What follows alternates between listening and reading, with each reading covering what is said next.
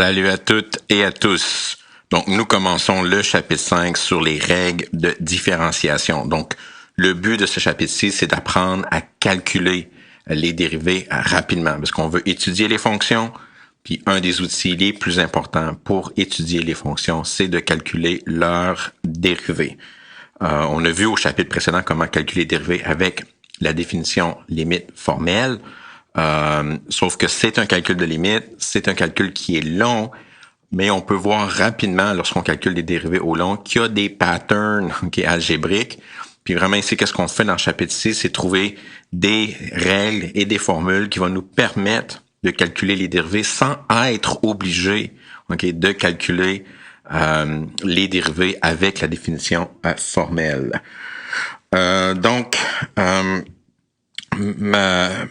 Mon chapitre est divisé en 3 sections. On va voir d'abord les formules et les règles de base. Ensuite, on va parler des règles un peu plus avancées, donc la règle du produit et la règle du quotient. Et on va terminer avec la règle en chaîne. Donc, avant de commencer, juste un peu de notation, là. Donc, si on vous demande de calculer la dérivée d'une fonction, typiquement, moi, je vais la dénoter par f' de x. Mais on peut aussi vous demander de calculer ddx de f de x, ou df sur dx ou dy sur dx lorsque y est égal à f de x. Donc, peu importe, c'est de la notation qui est équivalente. Donc, il faut simplement être confortable avec ces notations-là équivalentes. Qu'on vous demande la dérivée en mots, qu'on vous demande de calculer f', qu'on vous demande de calculer ddx de f de x, qu'on vous demande de calculer df sur dx ou dy sur dx, c'est la même affaire. Donc, allons-y avec les règles, les formules et les règles de base. La première formule de base, c'est quoi la dérivée d'une fonction qui est constante? Mais ici, l'idée, bien sûr, c'est que si on commence avec n'importe quel point d'une fonction constante f de x est égal à c, si tu calcules la pente de sa droite tangente pour n'importe quel point, donc si tu montes sur la fonction, puis que tu l'évalues, puis tu regardes ensuite sa pente, mais sa pente va être une pente qui va être nulle. Donc f' est toujours égal à 0. Peu importe le point que tu prends, la dérivée va être égale à 0. Donc la dérivée de n'importe quelle constante, la dérivée de 12, de 4, de 0 ou de moins 11, c'est 0. Donc les dérivées de n'importe quelle constante, c'est 0. Donc ça, c'est pour la première formule de base, que j'appelle la formule 0 pour des raisons évidentes. La première formule, la formule 1, c'est quoi la pente de la droite tangente de la fonction y égale à x? Encore une fois, ici, c'est un peu la même idée. Si on commence avec un point A dans le domaine de la fonction y égale à x, et si je me demande ensuite, c'est quoi la pente de la droite tangente à ce point-là? Et bien sûr, la pente de la droite tangente, ça va être la pente de la droite qui est égale à 1. Donc, lorsque tu dérives x, ça va toujours donner 1. En fait, juste en petite remarque ici, si on vous demande de calculer la dérivée, donc juste en remarque, là, donc calculer la dérivée de la fonction mx plus b, si vous avez n'importe quelle équation linéaire, les dérivées, c'est vraiment une généralisation de calculer la pente, la pente de la droite tangente. Donc, bien sûr, si vous avez une fonction linéaire, la pente de la droite tangente d'une fonction linéaire, c'est la pente de la fonction. Donc, ça nous ordonne la pente. Donc, ça, c'est une petite remarque. Donc, c'est normal que si tu calcules la dérivée de x, que tu retrouves simplement un petit 1. Alright. Donc, maintenant, les vraies premières règles. Donc, quelque chose que vous avez peut-être remarqué au dernier chapitre. Donc, les fonctions de puissance de la forme x à la n. C'est quoi la dérivée de x à la n? Donc, ici, l'idée derrière la formule de x à la n, c'est que la puissance, donc, de x à la n, la puissance tombe en avant, puis la nouvelle, comme coefficient, donc c'est n fois x à la, puis la nouvelle puissance, c'est l'ancienne puissance moins 1. Donc, quand tu veux dériver rapidement n'importe quelle fonction de puissance, tu vas juste tomber, l'exposant tombe en avant, puis le nouvel exposant, c'est l'ancien exposant moins 1, et ensuite, vous avez votre dérivée rapidement. Donc, la meilleure manière d'assimiler cette formule-là, c'est en faisant des exemples. Donc, c'est quoi la dérivée de x au carré? Donc, la puissance de x au carré, c'est 2. Donc, lorsque je vais calculer la dérivée, qu'est-ce que ça va me donner? Et le 2 va tomber en avant. La nouvelle puissance, c'est l'ancienne puissance moins 1. Donc, 2 moins 1 qui va simplement me donner 1. Puis x à la 1, on n'écrit pas ça. C'est simplement 2x. Donc, rapidement ici, okay, donc la puissance qui était 2 est tombée en avant. Voyons. La puissance qui est tombée, la puissance qui était 2 est tombée en avant. Puis la nouvelle puissance, c'est l'ancienne puissance moins 1. C'est toujours moins 1. Ensuite, on calcule et on simplifie. Maintenant, c'est quoi la dérivée de x à la 7? Donc, la puissance, c'est 7. Donc, le coefficient tombe en avant. La nouvelle puissance, c'est l'ancienne puissance moins 1. Donc, l'ancienne puissance moins 1. Donc, on va obtenir 7x à la 6. Donc, ici, simplement bien identifier la puissance, tombe en avant, en coefficient. La nouvelle puissance, c'est l'ancienne moins 1 qui se simplifie à 6. La seule manière que je peux vous fourrer un peu, entre guillemets, dans ces questions-là, c'est lorsque je vous donne des racines ou des puissances qui sont en bas. Donc, racine de x, la première chose que vous devriez faire, c'est de écrire cette fonction-là. Donc, la fonction racine de x, c'est une fonction puissance où ce que la puissance, c'est une demi. Donc, x, racine de x, c'est la même chose que x à la une demi. Donc, ma puissance, c'est une demi. Puis ensuite, on applique la règle comme d'habitude, même si la puissance est une fraction. Donc, le une demi tombe en avant. La nouvelle puissance, c'est l'ancienne puissance moins 1. Donc, ma puissance une demi est tombée en avant. Ma nouvelle puissance, c'est une demi moins 1. Une fois que je simplifie, ça va me donner une demi, puis une demi moins 1. 1, c'est 2 demi. On a x à la moins une demi. Vous pourriez laisser ça comme ça dans un test, mais si vous voulez simplifier un peu, vous pouvez avoir le quand on a une puissance négative, typiquement on la porte en bas. Donc, on va avoir 1 sur 2x à la une demi, puis x à la une demi, c'est racine de x. Donc, la dérivée de racine de x, c'est 1 sur 2 racine de x. Mais ici, je veux quand même stresser le fait que la forme une demi x à la moins une demi, si la question c'est juste de dériver, vous n'avez pas à vous inquiéter sur le calcul de la puissance elle-même. Okay. 1 sur x, c'est une formule puissance, que la puissance c'est donc x et x à la 1, donc je le ramène en haut comme x à la moins 1. J'applique ma formule de puissance, le moins 1 tombe en avant comme coefficient, donc j'ai moins 1 x à la moins 1, moins 1, qui devient moins 1 x à la moins 2. Dans un test, vous pourriez laisser ça comme ça, mais si vous voulez simplifier, on est moins 1 sur x au carré. Même chose pour x à la 1 sur x à la 3. Je peux ramener le à la 3 en haut comme étant x à la moins 3. Là, j'applique ma formule de puissance. Donc, mon moins 3 tombe en avant x à la moins 3 moins 1, qui va devenir moins 4. Puis si vous voulez simplifier, ça va donner moins 3 sur x à la 4. Encore une fois, vous n'avez pas besoin de simplifier dans les tests.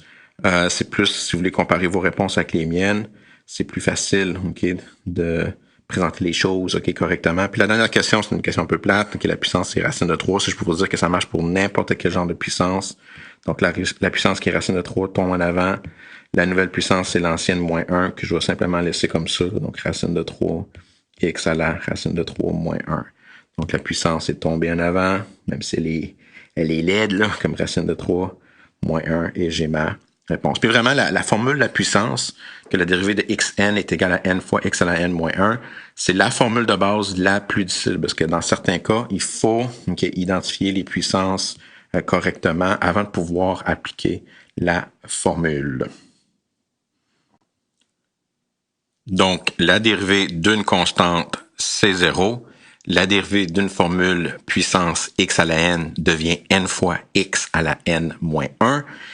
Il nous reste deux types de formules à calculer leur dérivée. Puis ici, on va simplement vous les donner comme étant des formules à utiliser. Donc, la première fonction, c'est quoi la dérivée de la fonction exponentielle e à la x? La dérivée de e à la x, vraiment difficile comme formule, c'est e à la x à nouveau. C'est what? That's it, that's all. Donc, si f de x est e à la x, f', c'est e à la x.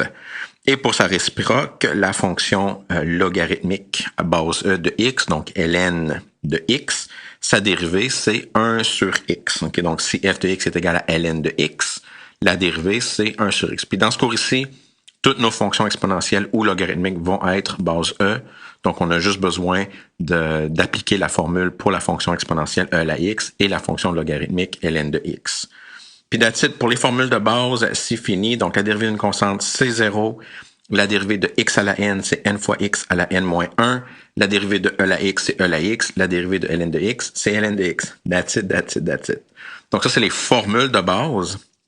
Maintenant, c'est quoi les règles de base? Parce que bien sûr, c'est rare qu'on va juste travailler avec la formule tout seul, E la x ou ln de x. Donc, on va typiquement avoir des équations qui vont être construites, ok, donc avec des constantes, des formules de puissance, des fonctions exponentielles et logarithmiques. Comment on fait pour dériver les fonctions qui ont été construites à partir de nos fonctions de base? Donc, pour ça, on a d'abord nos règles de base. Donc, la première règle de base, c'est qu'est-ce qui arrive si tu veux calculer la dérivée d'une fonction, mais qui est multipliée par un nombre c.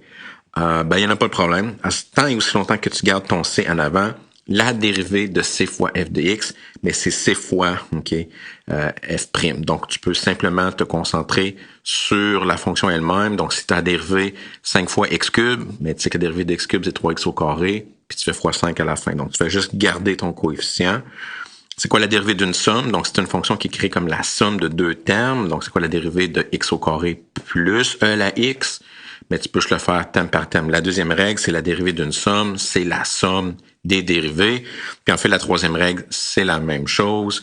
C'est quoi la dérivée d'une différence? Mais c'est la différence des dérivées. Donc, la dérivée de f plus g, c'est f' plus g'. Puis la dérivée de f moins g, c'est f' moins g'. Donc, tu peux vraiment y aller terme par terme. Puis s'il y a des coefficients, tant et aussi longtemps que tu les gardes. Faites attention, coefficient versus constante. Donc, on a une constante seule, ça s'en va vers 0, mais si vous avez un coefficient fois quelque chose, vous gardez le coefficient à l'avant.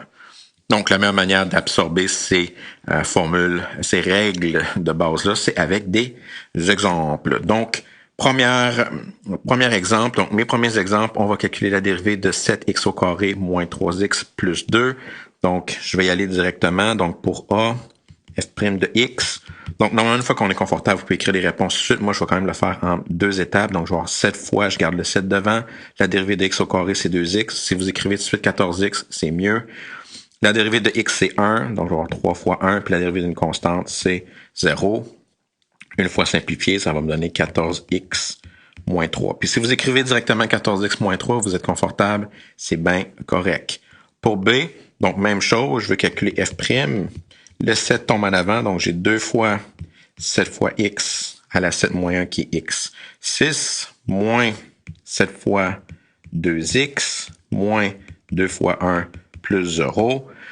Donc si je simplifie, je vais avoir 14x6 moins 14x moins 2. Encore une fois ici, si vous avez vos réponses directement, c'est bien correct. La troisième exemple, donc f de x est égal à 4 racine de x plus 6 racine cubique de x. La première chose qu'il faut faire, un peu de préliminaire algébrique, c'est d'écrire les puissances correspondantes. Donc j'ai 4 fois, ça c'est pour la dérivée, là, je vais juste réécrire ma fonction. Donc j'ai 4 fois x à la 1/2 moins 6 fois x à la 1/3. Donc ça c'est juste se débarrasser de la notation des racines, les notations radicales, ok, puis ensuite avec la notation de puissance pour ensuite appliquer la formule de la puissance. Donc, pour C, si je calcule f', donc le 1/2 tombe en avant. Encore une fois, là, si vous êtes capable de multiplier de suite 1/2 fois 4, vous écrivez 2, c'est bien correct. Donc, j'ai x à la 1/2 moins 1, plus, donc, moins 6 fois le 1/3 tombe en avant. Donc, j'ai x à la 1/3 moins 1. Puis ensuite, je dois simplifier. Donc, si je simplifie un peu, si je clean ça, 4 fois 1/2, ça va me donner 2. X à la moins 1/2. Puis 6 fois 1/3, ça va aussi me donner 2. Donc, je vais avoir moins 2x. Puis 1/3 moins 1, c'est moins 2/3. Vous pouvez laisser votre réponse comme ça, mais si vous la cleanez un peu, x à la 1/2, à la moins 1/2 va tomber en bas à x à la 1/2, qui est une racine de x. Donc, 2 fois sur racine de x, puis x à la moins 2/3 va aller en bas, x à la 2/3. Donc, je ne vais pas vous inquiéter de la version simplifiée, là, mais la 1/3, c'est racine cubique, puis le 2 va donner x au carré. Donc, c'est probablement l'exemple, honnêtement, l'exemple C, c'est probablement l'exemple le plus compliqué. OK, mais notation de puissance, c'est bien normal. OK, donc je vais être bien content avec ça. Donc, deux autres exemples pour terminer. OK, la première section. Donc, j'ai 2 sur x moins 3 sur x cube. Donc, première chose que je fais, c'est que je fais des préliminaires algébriques. Donc, dès que je vois des x en bas, je les ramène en haut. Donc, sur x, c'est la même chose que x à la moins 1. Puis sur x cube, c'est la même chose que x à la moins 3. Donc, une fois que je vois mes puissances, là, je peux calculer f' avec ma formule de la puissance. Donc, j'ai 2 fois le moins 1 tombe en avant. x à la moins 1, maintenant je suis rendu confortable, je sais que c'est x à la moins 2, moins 3, le moins 3 tombe en avant, x à la moins 3, moins 1, qui est moins 4. Donc, si je clean ça un petit peu, j'ai moins 2, x à la moins 2 plus 9, x à la moins 4. Cette réponse-là va être acceptée, mais si je veux pas de puissance négative, moins 2 sur x au carré plus 9 sur x à la 4, c'est un petit peu plus clean. Et maintenant, pour e, donc, si je veux calculer la dérivée de 4, e à la x moins 3 ln de x plus 2. Donc, si j'utilise juste mes autres formules que j'ai pas utilisées jusqu'à date, la dérivée de e à la x, c'est e à la x. La dérivée de ln, c'est 1 sur x. La dérivée de 2, c'est 0. Vous n'avez pas besoin d'écrire le plus 0. Si je clean ça un petit peu, je vais avoir 4 e à la x moins 3 sur x. Puis that's it pour les formules et les règles de base. OK, donc, gardez vos coefficients à l'avant. Allez-y terme par terme lorsque vous avez des termes algébriquement. Lorsque vous avez une expression algébrique donc qui est composée avec plusieurs termes, donc divisé par des, pas divisé, mais séparé par des plus ou des moins, vous y allez terme par terme. Alright, pour cette section ici, that's it, that's all. OK, bye bye là.